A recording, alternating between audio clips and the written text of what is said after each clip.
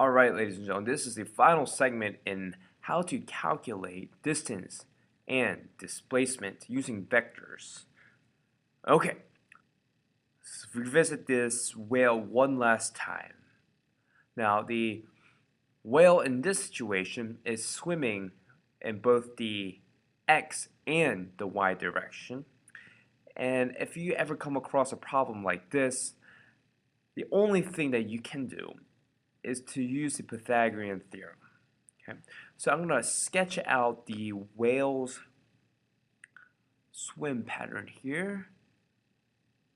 Alright, it goes 3 kilometers to the north, and then it goes 4 kilometers to the east. Now, the distance portion is still the same, the total distance. If it says it goes 3 kilometers north and then 4 kilometers east, then the total distance has to be 3 kilometers plus 4 kilometers. Using our brains and our calculators, we know that is 7 kilometers in total. Put a little check mark right there. Now, if it's asking for the whale's total displacement, now if you remember, in one of my videos, I believe it was the distance and displacement video. No.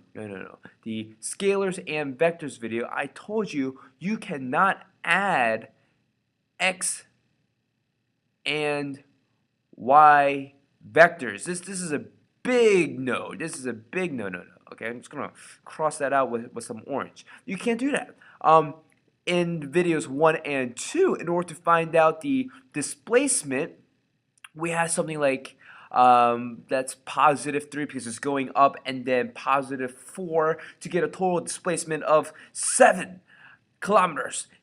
But I'm here to tell you that you just cannot do that if you have 2 dimensions going on here, which means we have one going in the y direction and we have another going the x direction. Instead, what we can do is use the Pythagorean theorem, because if we take a look here, if this is the starting point right there, and if this is our ending point right there, that must mean that the shortest path between the start and the finish is in fact a straight line, ladies and gentlemen. That's a little hard to see. Let me change that color there to, ooh, that's beautiful. A straight line. I'm going to draw it as dotted line. Okay, that is the displacement, the shortest distance between the start and the finish. Now, in order to calculate the displacement in this situation, a couple of things you need to know. These are right triangles, and if you create a right triangle, your brain should automatically think right triangle, Pythagorean theorem. So let's figure that out.